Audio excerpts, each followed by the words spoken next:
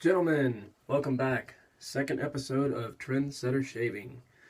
So, what we're going to go over in this video today is skin irritation and then all of the wet shave stuff you will need to get the perfect shave with the least amount of irritation. You'll have to excuse me, still getting over a cold. As you probably noticed in the last video, my voice was not so hot. So, there will be a little bit of that, coughing, sneezing, whatever, bear with me. That just shows my dedication to you guys, right? So, first things first. We got a couple books here that are pretty neat to have. This one my girlfriend got me, so shout out to her. She's awesome. This is called The Art of Shaving, and this thing is basically the cornerstone or Bible for wet shaving. Has everything in it you possibly could need to know. Very good reference. And this one's kind of on a footnote. But I figure if you're shaving, you're probably a well-dressed man, or, you know, going on a date, whatever, what have you. But, you know, if you didn't have a male figurehead in the family growing up, or, you know, your dad just maybe wasn't that into it with you as far as bonding, whatever, this thing is great. This is called How to Be a Man. A handbook of advice, inspiration, and occasional drinking by Esquire. And this thing is cool. Really cool. I mean, it tells you how to wear a suit properly. It tells you proper etiquette for dates. You know, how to hunt, how to pick out jewelry, like an engagement ring. Just all kinds of neat little tricks and things that Dad probably showed you. Or maybe he didn't show you. And that's not sad. That's not something to beat yourself up over. You know? That's why they make stuff like this, so you guys can get your shave on and feel like a man and be a man, you know? So, doesn't necessarily have to do with shaving, but thought I'd throw it in there, because, hey, why not, right? Like to have a little bit of fun on this show. So, first things first, hydration. Can't stress it enough, said it in the past videos, take a hot shower, man, right before you shave. I mean, most people, when they get home, they're going to shower anyways because they're tired from work and whatever. But so a shower is a good way to get your skin hydrated and get rid of irritation by getting the skin open. Second thing to do if you're not going to shower because you're in a rush or whatever is to get a hot towel, as hot as you can stand. Don't scald yourself, obviously, but hold that to your face for about 10 minutes. Maybe more if you got a real thick beard. See, what else can I give you guys here? You know, not too many men are into it yet, but it is appearing on the market. They do make moisturizing facial creams, as girly as that sounds, for men. Nivea makes some pretty good ones. But if you have really, really dry skin, you can probably try using that in between shaves, or maybe even after a shave. But, you know, that probably will really help you with irritation a lot, too. But first things first, to avoid irritation and get a good shave would be obviously to wash your face. If you have facial hair on your face, I would recommend this stuff, which this is obviously I'm almost out, but it's Grandpa's Pine Tar Soap. You can get it at like Whole Foods, Vitamin Cottage, Amazon if you're too lazy like me. But it's basically a non-chemical soap. It is what it says. It's pine tar soap. And if you don't know anything about pine tar, they use it in a lot of cleaners and whatnot as a natural ingredient, and it works as like a stripper. It gets all the oils and crap off your skin and everything ready to go.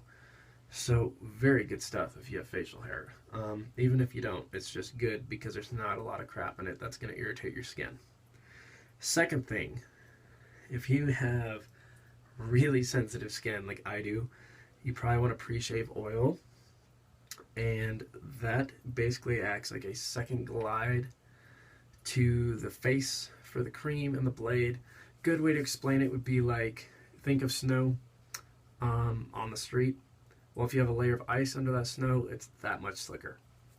So there's that. And now we're gonna kind of gravitate, past the irritation point, more just into the wet shave stuff.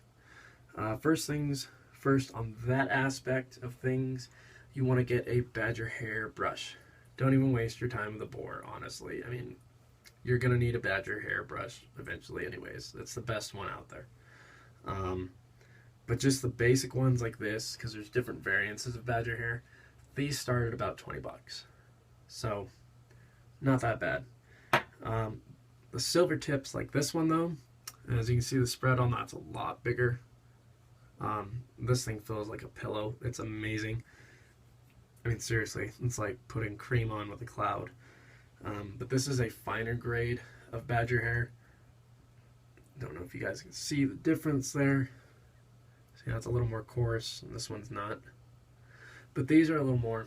And depending on how hard the pack is, or how dense that all is in there, I've seen brushes go as high as like $200.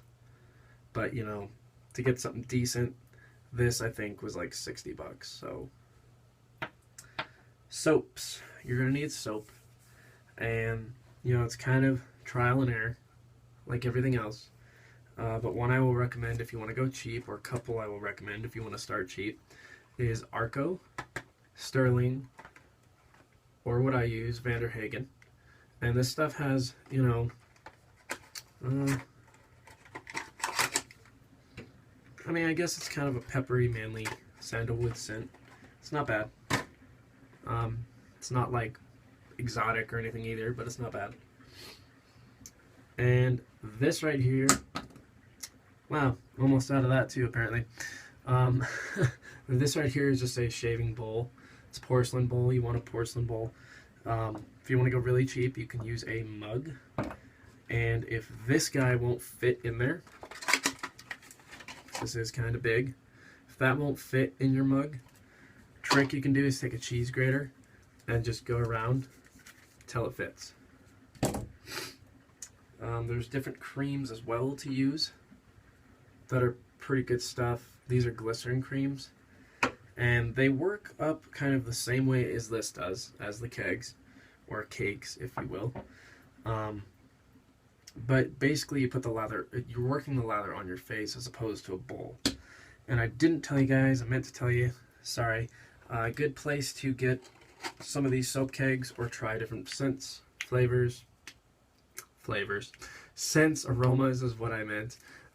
Things like that would be howtogrowmustache.com, which has actually changed over to Phoenix and Company now. But they have all kinds of good stuff on there, even razors. That's just a very good site. And, you know, another good place to look generally is just Amazon, because a lot of this stuff is just hard to find in general. That's where I get a lot of my stuff, is just off of Amazon. Same thing with blades. That is where I get blades. But blades, let's cover that. These are Chevette blades that are already split for you. These guys you can split. I showed you that in the last video. But blades, the best thing I would recommend would be to get a mixed kit off like Amazon. And that is like 16 to 20 different mixed types of blades.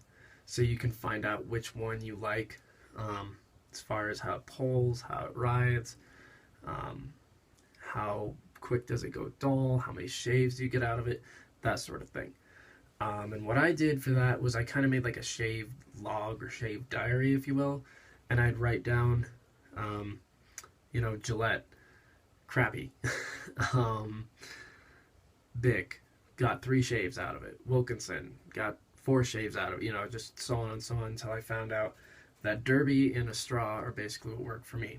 Because I have really sensitive skin, so if you do too, I would recommend maybe starting with a straw. Derby's a little bit harsher, but a straw is really sharp, but they're really, really fine blade, so they don't tug as much. This is why I like them. You're going to want a alum block, and I did go over that in the last video. It's a mineral, kind of acts like a salt lick. It's weird substance, but you just rub it with wet fingers, and it'll, no matter how much cream you have, it'll just suck your skin right over. Really neat when you're trying to get like in this area and under the nose and like this stuff. You gotta have it. I mean, even if you don't wet shave, I would still recommend this stuff. That's how good it is. And the fact that you can hold it to cuts and stuff is just that much cooler. Obviously you're gonna need a safety razor. They do make slant bar ones of this, which I have one on the way, so I will be showing you guys how that works. But those are really aggressive. So I wouldn't start with that. I would start with this, an open comb. And I'll explain more what a slant bar is when I finally make a video for that. So that's later. A chevette, basically what a chevette is a straight razor without honing or stropping. But I mean, mainly these are to train people how to use a straight edge before you get one, or for barbers because they actually have to switch blades in and out. They're not allowed to use an actual straight edge because you can't change the blades because of hygiene. But I mean, if you're gonna start with straight edge stuff, that is your starting point. And I got that one, I think, for like $10 at Sally's, so not too expensive. Pretty good starting point. I got a pack of 100 blades for a guy, $5 I think, maybe 6. I mean, this right here, 100 blades, that's enough to last me almost a year. So that's a good deal right there within itself, instead of paying $25 for a, cartridge head on one of these pieces of crap that are gonna nick the shit out of you anyways. After shaving, you don't want to use an actual aftershave. You want an aftershave lotion like this Clubman, because you don't want alcohol on your face. And a lot of this stuff, colognes and whatnot, actually have way too much alcohol in it. And that's the misconception a lot of guys make. They think cologne means aftershave. No, way two different things. Entirely two different things.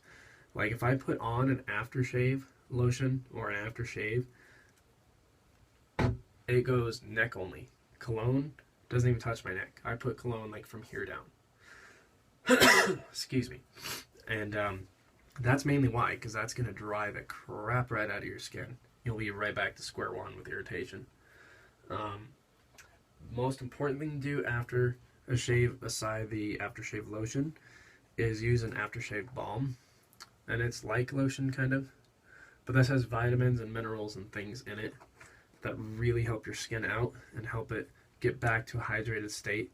Because believe it or not, running a blade across your skin does take a lot of moisture out, even though you're still wet shaving. And an old school trick a lot of people don't know about, but is a very good trick, is talc. And basically talc is a mineral. It's like baby powder. But this stuff is cool, the Clubman talc, because for one, it's got kind of, I don't know if you guys can see this, it's got kind of a pinkish hue to it. But this stuff has vitamins and a little bit of septic in it. So if you got little like red spots or nicks, what you do is you put this in like an old shave brush or washcloth, something like that, and just kind of all over your neck. And it'll stop all those little blood spots, and it leaves you silky smooth because of the minerals in it. So that is another alternative if you don't want to use a balm, is this stuff. And this stuff is great. You can even put it in your shoes. You can put a little bit under your arms with your deodorant as like a backfill for that. You can put it on your Manleys if you want. Just throwing it out there. But it has a great manly scent to it. Good stuff. I got this for like $5. So all this stuff here from front to back, pretty cheap.